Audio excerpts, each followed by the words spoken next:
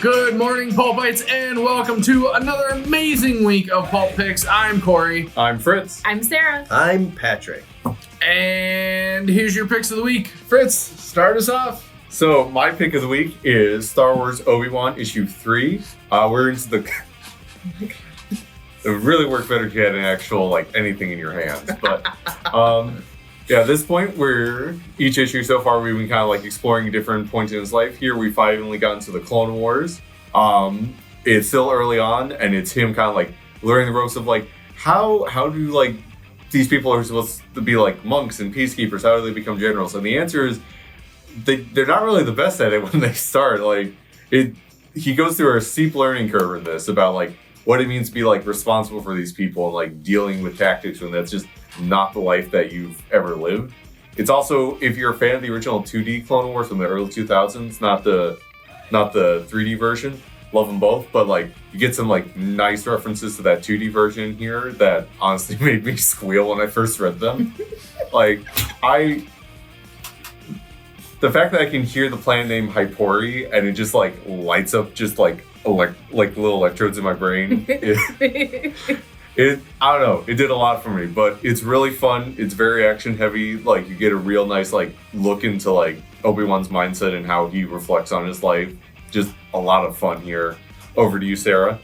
Thanks, Fritz. So this week I picked Ant-Man #1, which was beautiful. I don't have really anything bad to say about it. Al Ewing is writing for this one, and I just think he's a masterful writer. Tom Riley is doing the art, and I'm excited to see where this goes because it's a journey through all the different Ant-Men. And I mean, who knows where the next issues will go, but what I really like about this issue is that it's just such an honor and homage to the original style of the book. There's even those lovely little asterisks you get about see this issue to know what we're talking about. And it's a recall to the original run of, when Ant-Man first shows up, Hank Pym. And so I don't know, I loved it. Did you guys read it too? Yes, yeah. It was great. So we were talking about how Ewing obviously did his homework on Ant-Man's early stories. And if you've ever read any of those, they can be torturous. So, so kudos for many reasons first. to Al Ewing. The art is gorgeous. And he's definitely channeling Stan Lee. Yeah. And they've got kind of a Stan Lee, Jack Kirby vibe going on here. So it's a lot of fun. Yeah, it's a good read. Over to you, Patrick. Yeah, so I picked Fantastic Four number 45. Dan Slott is wrapping up the Reckoning War, and his run on Fantastic Four is winding down. So, this was kind of one of those, we put a bow on it. All of the action was kind of coming to a conclusion in the last issue, and so now this is kind of the... cleaning up the mess afterwards, after the party's over. But it's a really, the pacing is still moving along really well. And if you haven't read The Reckoning War, it was one of those where, Corey will tell you, I was like, oh, great, Reckoning War, an event, yay. But this was excited for it. These are the kind of events that are good. It was contained. It was not crossing over into a whole bunch of other books, forcing you to, read as a marketing ploy, a bunch of titles that you haven't been reading. The characters that they brought in made sense. It's basically She-Hulk, and then, just your kind of galactic cadre of typical, there's the whole, all of existence is going to end. We're going to see that same cast of characters that shows up for every one of those.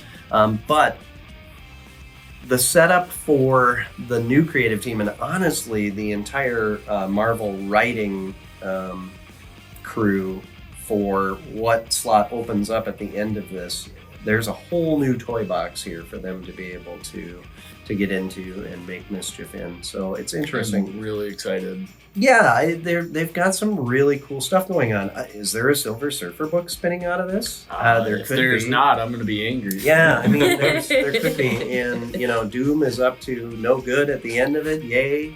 I think Slott really got Doom and then the family dynamic of Fantastic Four. So This was kind of the put the toys back in the toy box issue, but it was still a really good read. And I recommend if you didn't go through and read Reckoning War, even if you just want to pick up a Fantastic Four story to get kind of a primer for the movie that's going to be coming out after about just under 2 years, is something like that, yeah. Around 2 years.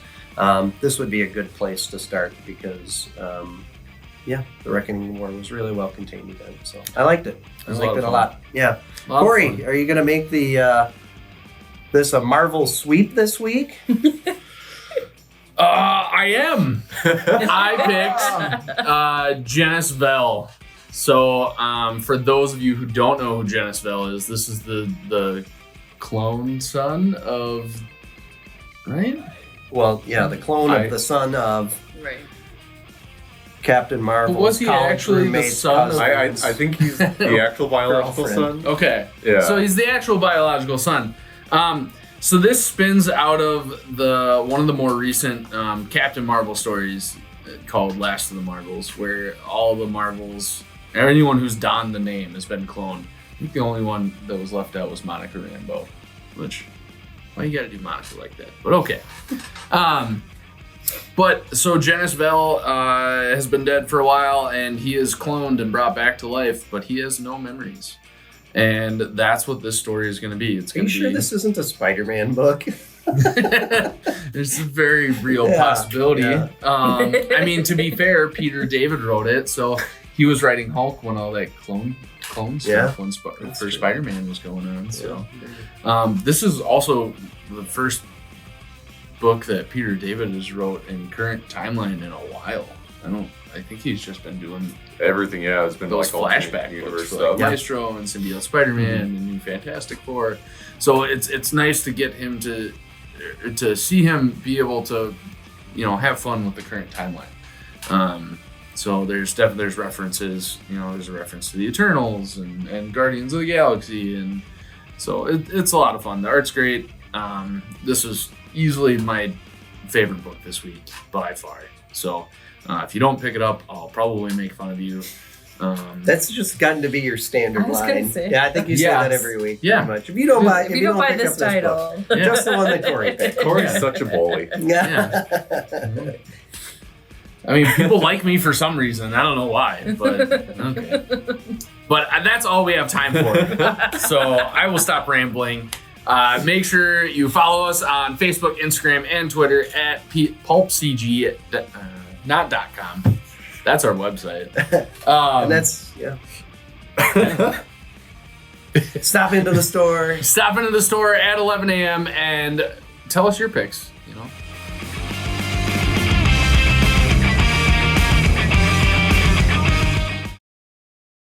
It's all falling apart.